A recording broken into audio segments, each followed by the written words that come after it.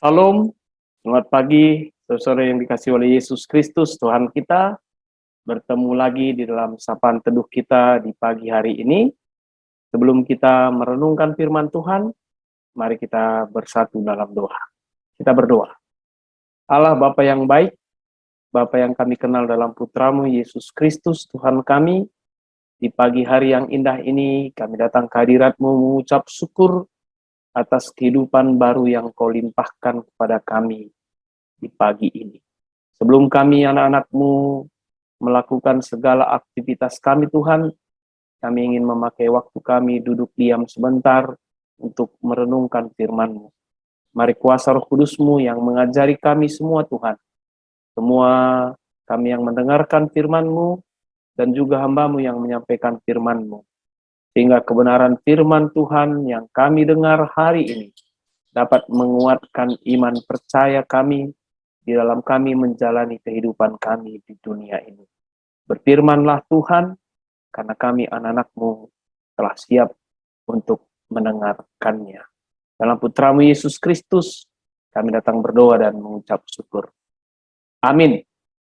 1 Korintus 1 ayat 28. Begini bunyi firman Tuhan buat kita di pagi hari yang indah ini. Dan apa yang tidak terpandang dan yang hina bagi dunia, dipilih Allah. Bahkan apa yang tidak berarti, dipilih Allah untuk meniadakan apa yang berarti. Sampai sejauh ini kebenaran firman Tuhan buat kita di pagi hari yang indah ini. Saudara-saudari yang dikasihi oleh Yesus Kristus Tuhan kita, tentu di dalam perjalanan kehidupan kita, kita sering atau mungkin saat ini juga lagi membuat sebuah program atau merancang sebuah usaha yang baru yang akan kita jalankan. Dan di dalam merancang dan mau menjalankan segala sesuatu usaha yang baru itu, pasti kita akan memilih orang-orang yang berkompeten di dalam menjalankan apa yang ingin kita lakukan. Contoh, kalau kita mau membuka sebuah sarana belajar mengajar atau sebuah sekolah, atau mungkin juga sebagai sebuah lembaga pendidikan, maka selain gedung, kita juga akan mempersiapkan SDM. Tentu sumber daya manusia yang kita pilih adalah sebagai pengajar atau sebagai guru adalah orang-orang yang berkompeten, orang-orang yang memiliki hikmat, orang-orang yang memiliki kemampuan di bidangnya. Ini adalah cara kerja kita, manusia, dan umumnya seperti itu. Tetapi hari ini kita belajar dari surat Rasul Paulus kepada jemaat di Korintus, bagaimana cara kerja Allah. Ya, dari bacaan kita tadi kita dapat melihat bahwa kepada jemaat Korintus diajarkan bagaimana cara kerja Allah. Dan ini diingatkan oleh Paulus. Dia mengatakan bahwa dan apa yang tidak terpandang dan yang hina bagi dunia dipilih Allah. Bahkan apa yang tidak berarti dipilih Allah untuk meniadakan apa yang berarti.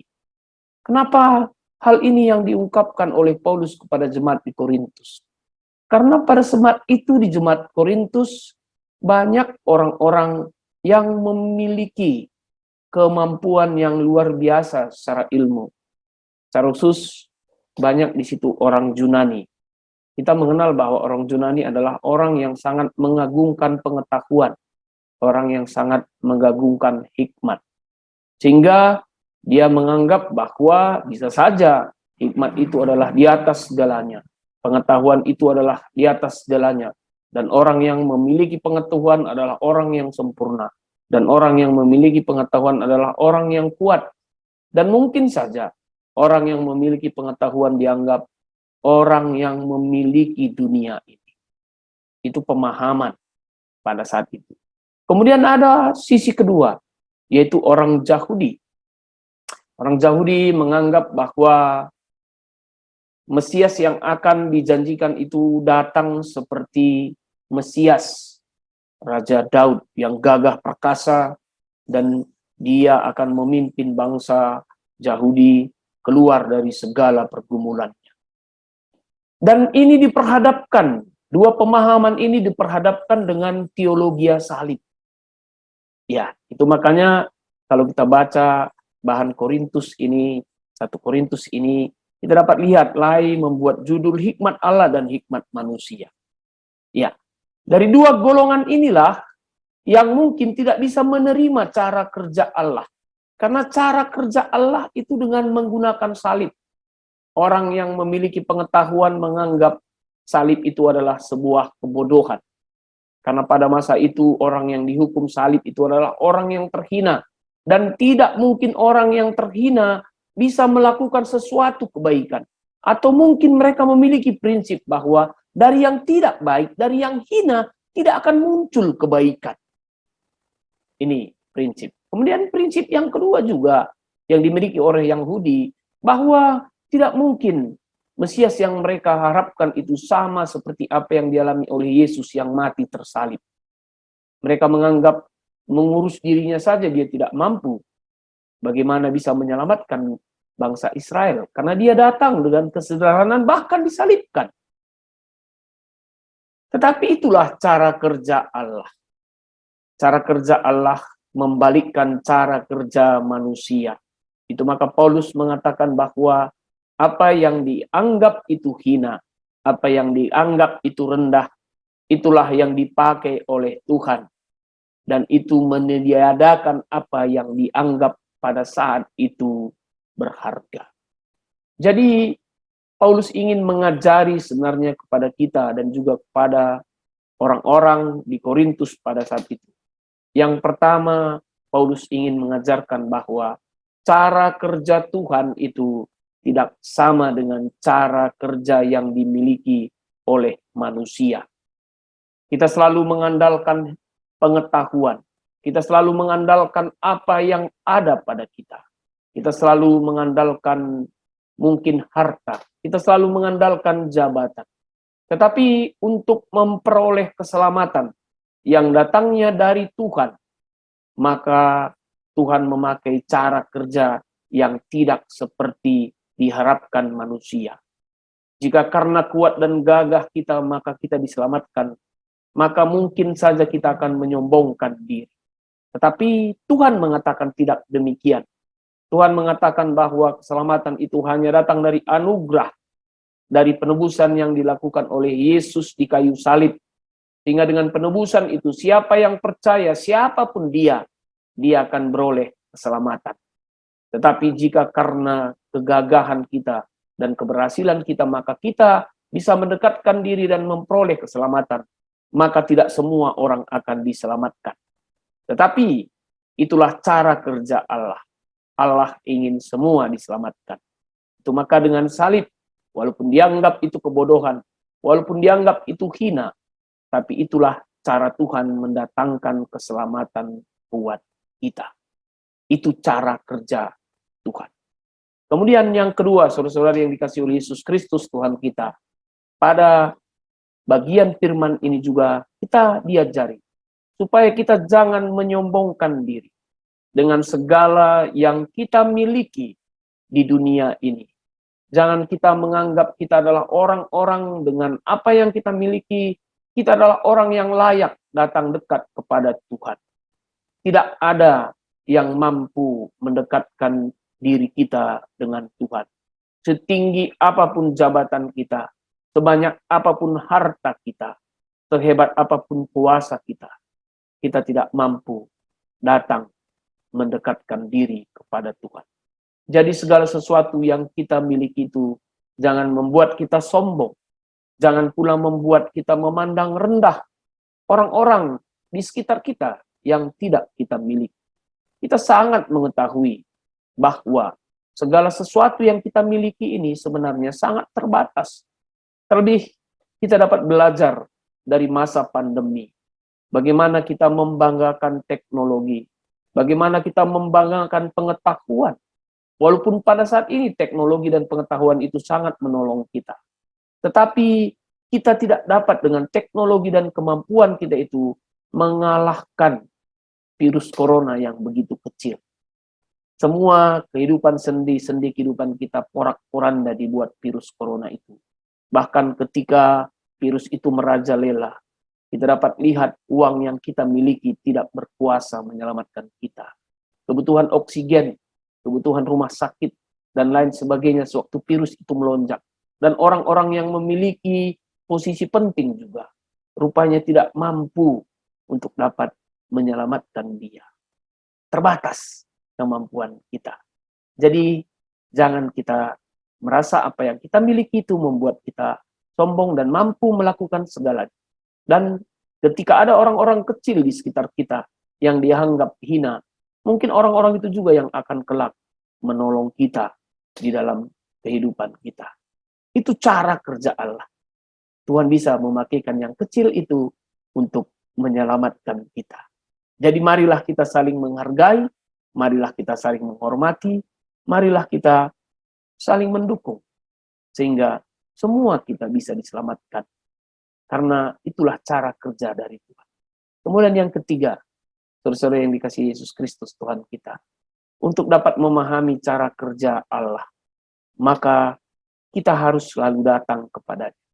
Berdoa, memohon, dan meminta kuasa Roh Kudus mengajari kita memahami rancangan dari Tuhan. Dan bukan itu saja. Mari juga kita jangan meminta Tuhan mencocokkan diri dengan rancangan kita.